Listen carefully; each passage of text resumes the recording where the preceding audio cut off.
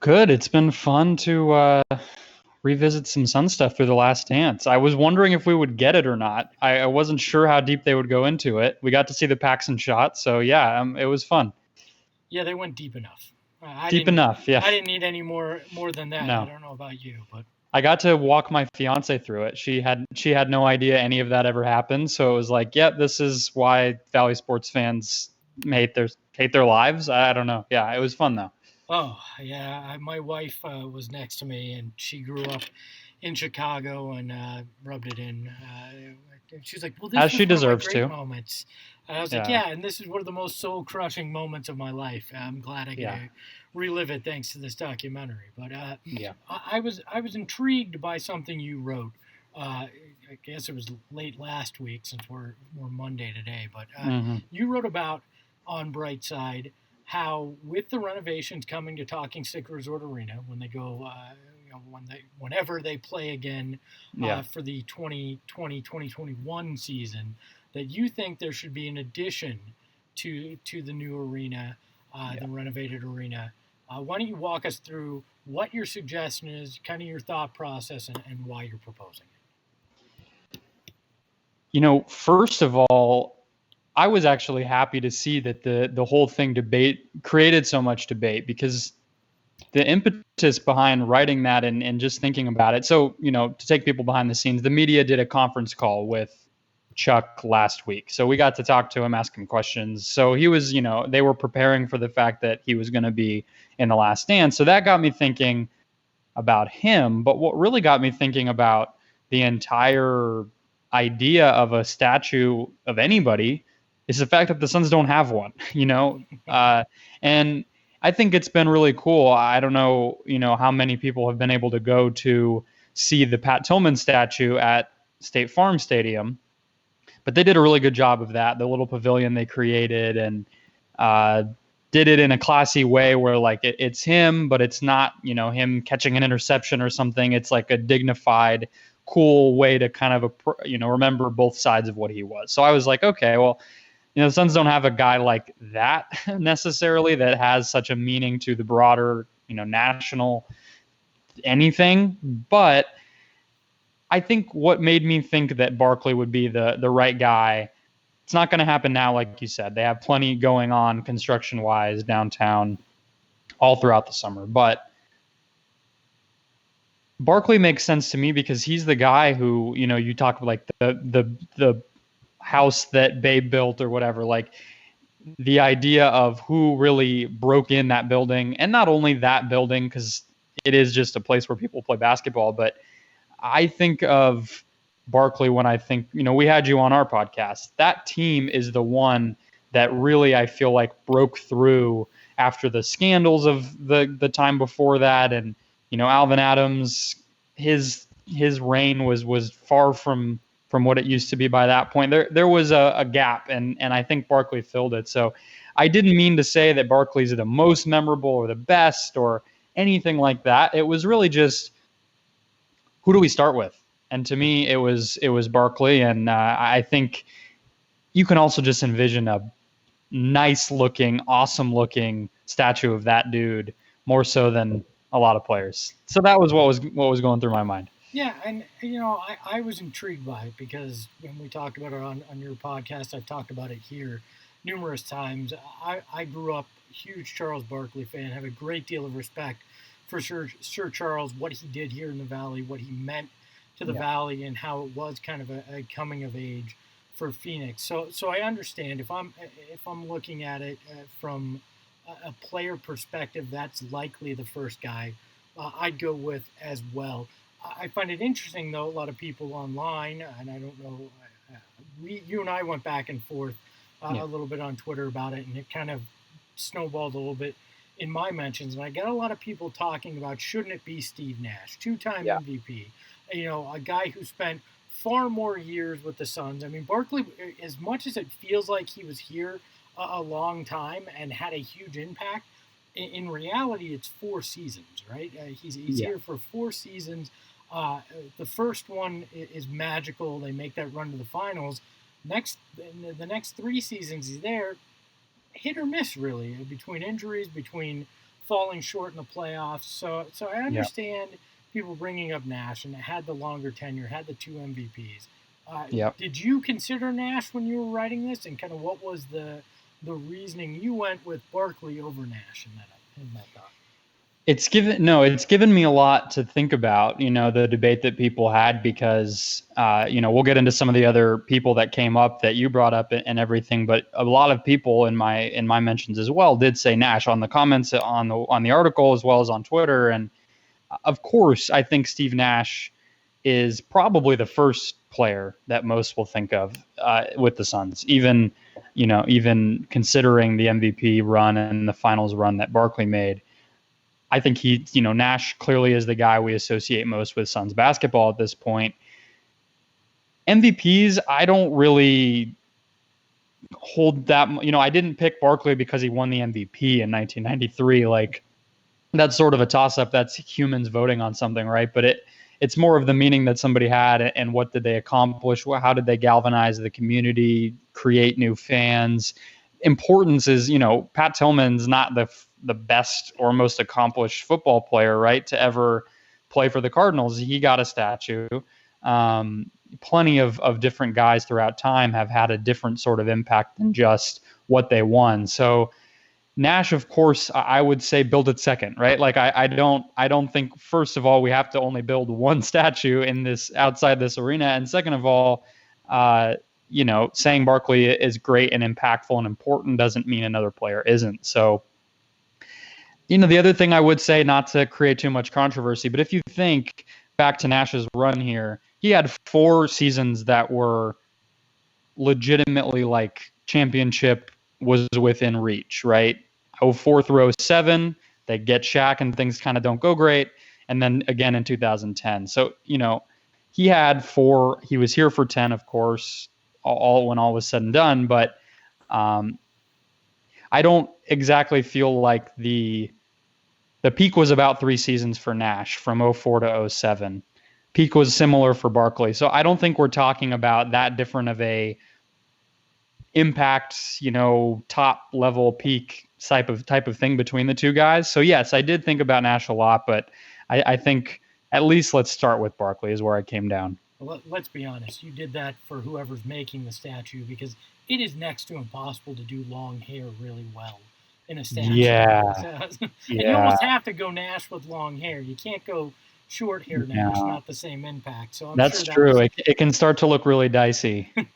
Now, I think, and I brought this up to you on Twitter, I feel like Jerry Colangelo should be the guy that gets the statue first. Mm-hmm. Now, I get it. He won't because of strained relationships and who owns the team and yada, yada. But if you look at it, Colangelo is here from day one in 1968. He's here literally when they name the team, the first roster, through when he sells the team in 2004, and he actually was on board through most of that 7 seconds or less era as kind of a consultant with the team.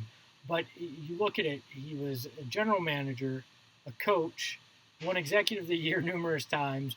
The fact that he was the coach is what always gets me. Yeah, and twice. I believe he did it twice when he took over, when he fired when he fired a coach when he was general manager. But you look at it, and then he buys the team in 1988 to ensure that it stays in the Valley after the drug years. He brings them back from the brink in terms of on the court as well, because they were abysmal until they trade for Kevin Johnson and Mark West. They add Tom Chambers in free agency. We all know about his efforts in landing Charles Barkley. He brought Cotton Fitzsimmons back, who in turn included Paul Westphal on his staff, who became the coach of that 92-93 team. I think it's tough to drafted Nash. Drafted Nash. It's tough to deny the impact that he truly had on the organization. And I mean, if we're going to go that way, he had a heavy impact in drafting Amari and Marion as well, and had a huge impact on helping to bring Steve Nash back in free agency in 2004. So when you look at it in totality, I think it's a pretty logical place to go, but I also understand why he won't be the guy to get a statue if they go there. Well, you're totally right because, by the logic that I set up with the Barkley thing, as far as chronologically, like let's go back to who laid the groundwork for what the Suns are today. I think that's who you want to honor, especially for a franchise like the Suns that I think it almost goes. This was another part of why I wanted to write the article is you go in the building as it, who knows, they're redoing the Ring of Honor. I hope that they do more, but you don't get a feel for the history of what the team is almost at all when you go to a game these days. And partially, maybe there's a hesitancy to revisit the glory days, right? Because it draws attention to why it's not great now. I think there's a back and forth you can have there as like a marketing idea, but it's really not present. The media get more of it. There's painted walls down by the locker rooms and everything of, the MVP picture of Nash is up there. There's team photos, there's, factoids, everything. But in the arena, not so much. And so you want to introduce that, think about in 20 more years, let's say, if they're still playing in this building, a fan comes to a game for the first time, they're going to not know anything about the 50s to, at that point, 70, 75 years of history that this franchise had. So by that, like Colangelo should be the guy. And I maintain he's the most impactful person in the history of the sports in this state, period. Nobody has a greater imprint on that. As I said to you, though, when you brought up the idea on Twitter, how do you make an interesting statue of Jerry Colangelo? That's where I get stuck. It's like he's just going to be kind of standing with the suit on. Well, how about this? We find a picture of him with Barkley. We do 2 for 1, right? There you go. Yeah. But to me, like, and basically, logical guy, but we get the reality, and I think you're right. Maybe there is hesitancy, and I know certainly in the past that was the case, to remind fans of the glory days, but you can't hide from it, right? Like, no. Fans know about that. Even fans that weren't there to experience it know about that if they've spent any time truly being a fan. So hiding from it and not honoring it seems like a very odd approach to me, and always has. So I think you should be embracing it in this new building and saying, look, these are the legends from the past, and this is where we're going to make the legends of the future in this beautiful new building, and accept that. Another guy I brought up to you, and I feel like he deserves it, but I understand probably where you're going to go with this. It's Al McCoy. If there is a true son, and somebody that everybody associates, for the most part, probably some generations recently don't because radio isn't as prominent and he's not on TV anymore. But for most Suns fans, he is the Suns. He's been the gateway and the voice and the soundtrack to every memory many of us have of this Phoenix Suns team and the great years. He deserves a statue at some point. Now, I understand why it won't be the first one likely, but I think he deserves to be at least one of the first few in line to get one at some point. I totally agree. This is another thing where, and I wrote about this a little bit in the article, but the media room at the arena is a shrine to the guy. And so to me, he has been properly recognized. There are a handful, I guess, throughout sports announcers who have been, whether they go into the Hall of Fame or they're in their team's Ring of Honor or whatever version of it they have. It's a limited few, Vince Scully and people like that. And so for McCoy to even be in the Ring of Honor, I think is really special.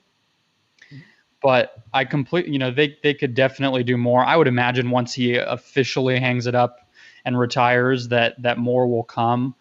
Because like you said, I mean, not only is he in people's lives who are Suns fans, but he's been there for all of it. There's not a lot of people, Colangelo, I guess, being maybe the only other one who can legitimately say they were there for pretty much everything. I mean, the guy called the 76 finals, and he's still going to be calling home games this upcoming season. He's watching Devin Booker 50 years later almost. It's pretty remarkable and definitely deserves some shine. All right, so one interesting name that got thrown out there from Bob Young, Suns beat writer emeritus from I didn't see this. from the Arizona Republic. He actually Himself, is he want a statue? yes, he's requested one. No, that's not Bob's style, but well, actually, he might sarcastically say, but he suggested that he thinks the first person that will get a statue at this arena, and potentially deservingly so, isn't actually a Phoenix Sun. It's a Phoenix Mercury in Diana Taurasi. Now, I think that is a very interesting call, because there's no doubt, that she is the greatest women's player of all time when you look at her accolades, what she's accomplished, what she's done. She's done it all in a Mercury jersey, and I'm even one that goes as far to argue she should be considered as, if not the one of the best athletes ever in Phoenix. So if they went that route, I would have absolutely no problem if they honored DT with a statue. I saw that one too. I didn't see it from Bob, but I saw it from other fans. She should get one. No brainer. She's just not retired yet. And so to me, you wait, right? She wasn't on my mind because she's still an active player, but I mean, she's the most accomplished athlete in Valley sports history. She's won 3 championships. She's won 4 gold medals, I think. She's won college championships. That obviously didn't happen here, but nobody has accomplished more in their sport than she has. And points leader, 3 points leader, you name it. She's basically accomplished it. And Mount Rushmore for sure, Valley sports.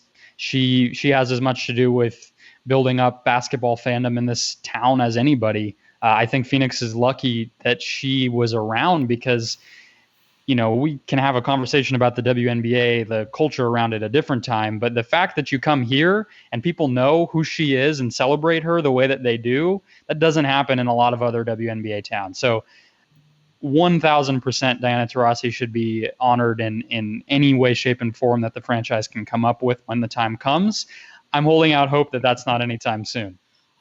I wonder if we're looking at it wrong, though, right? Because this team, 50-plus years of being a bridesmaid and never the bride, never getting the ring, right? Maybe you use this to break the curse.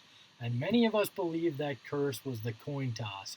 Maybe you put up a statue of Lou Alcindor, right? Kareem Abdul-Jabbar out in front of the arena, and say, look, we give in. We will honor you. John Paxson, get one right next to him, or Robert Horry. We can have a whole wing of just people that have hurt Suns fans along the way. Maybe that would change things up. Brian Colangelo could get his own. While we're at it. That'd be in Philly, right? He's left a real blaze of fire. I think he's up for the infamy anywhere that he's worked, to be honest. But no, I like the idea. Yeah, let's do a Kareem statue, just to really rub in the LA superiority and just be reminded of it each and every time we walk in. Yeah, that's great. They do a Lance Blanks one, but there's no photos of him anywhere to be found. He's a ghost. Yeah. Well, Brendon, where can everybody find your work and read and listen to you? Yeah, well, you said it at the beginning. Brightside of the Sun, that's where my Suns coverage is for the most part. Locked On Suns, we're still doing 3 times a week. Hopefully we have some semblance of basketball to discuss soon, but we've had fun doing the historical stuff too, so check us out there. And then I'm at Brendon Kleen 14 on Twitter. Brendon is one of my favorite follows, and I've enjoyed talking Suns with him over the year. Highly encourage you follow him and go read and listen to him. So for Brendon, I'm Espo, and thanks for joining us here on this impromptu, drier, shrunken edition of the Sun Solar Panel.